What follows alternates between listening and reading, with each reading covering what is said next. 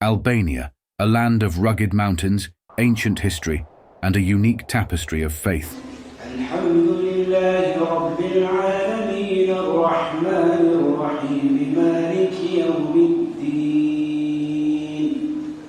إياك نعبد وإياك نستعين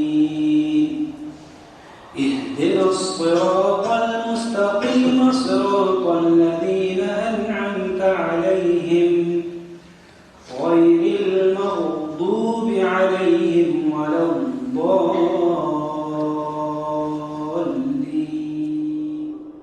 A nation once known for its religious tolerance, where Islam, Christianity, and secularism intertwine. But in recent decades, a silent revival has been unfolding, the resurgence of Islam in Albania.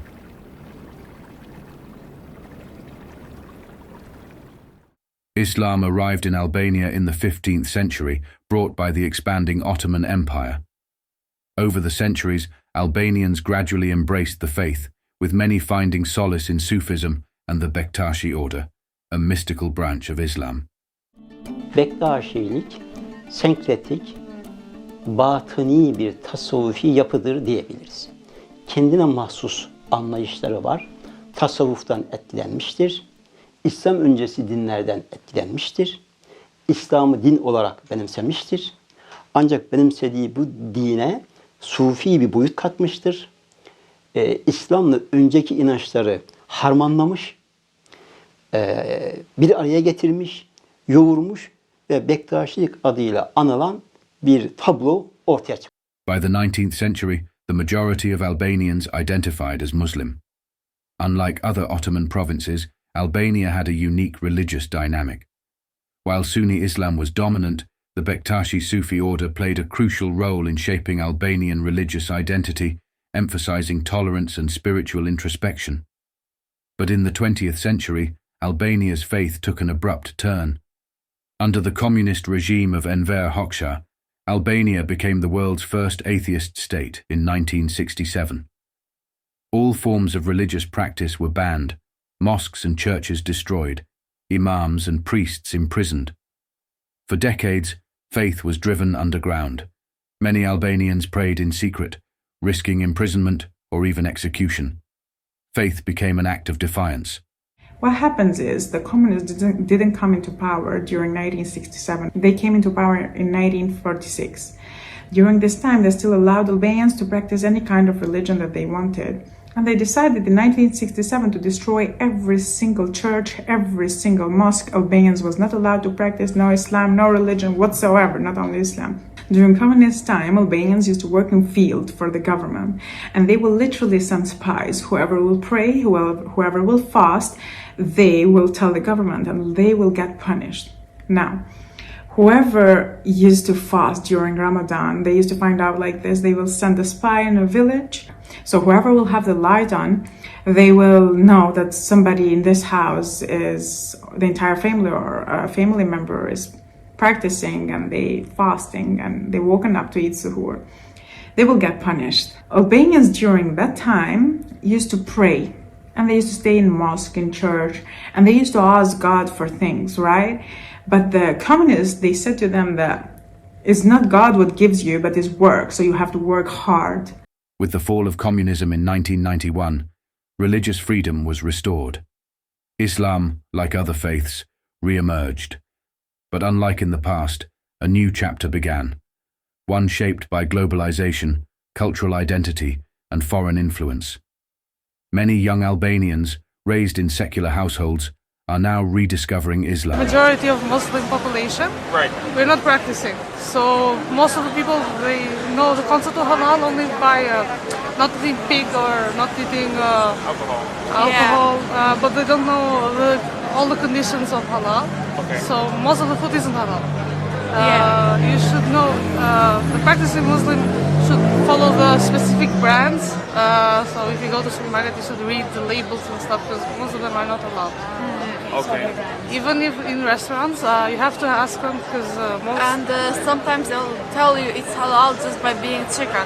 You have to ask them thoroughly. Yeah, you have to ask them, is it halal? Do you know what halal is? So Yeah, and you have to ask them a lot sometimes because they say it's halal, don't worry, don't worry. It's halal, it's not pig, but Yeah. it's not really Might halal. even be pig Right. sometimes. Or they don't know that if they cook it with wine or whatever, they don't Right. know that it cannot be halal or something like that. Okay. But now the condition of Muslims is actually, alhamdulillah, changing. It's changing because a lot of charities opened schools in Albania by helping people, even like helping not only Muslims, right? Helping people that has nothing to do with Islam as well. They literally became Muslims and they started practicing Islam because Muslims became a sabab for them. For example, I got told from a Muslim sister that her husband was in a Jamaat and they was sending food to certain areas that no one has been there before helping them, and this old woman was living alone and she literally had more than 15 years that she didn't have meat. And Muslims sent her a bag of meat and then she started crying and she said, I have 15 years and more that I am not eating this kind of food. I haven't seen it, I haven't smelled it or anything like that, and you guys bring it to me. So she became Muslim. She was a Muslim, she was Christian.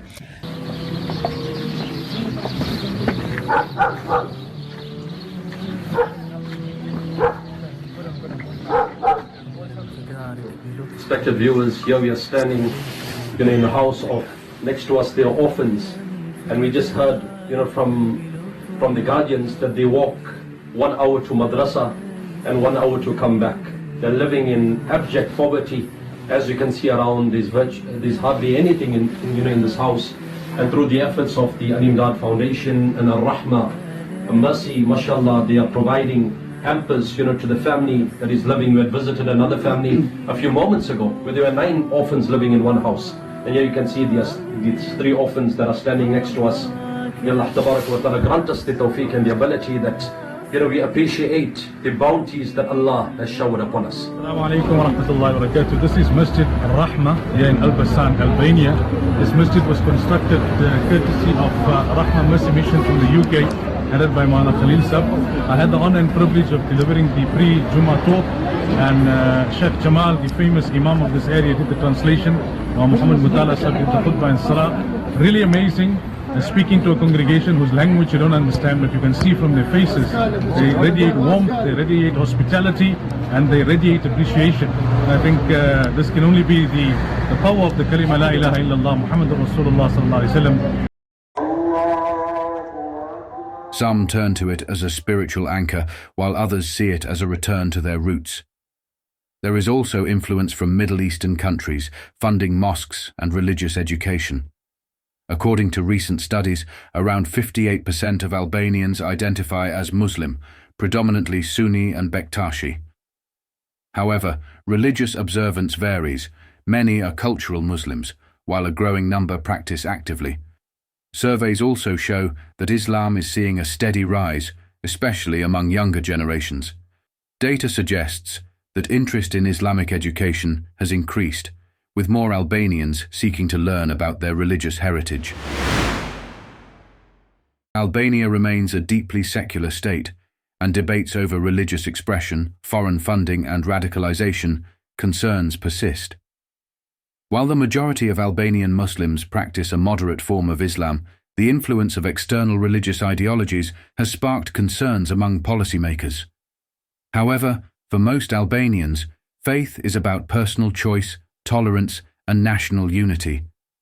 Islam in Albania, a faith suppressed, a faith reborn. As the country forges its future, its Muslim heritage remains a vital thread in the fabric of its identity. With its history of religious coexistence, Albania continues to navigate the balance between tradition, faith, and modernity.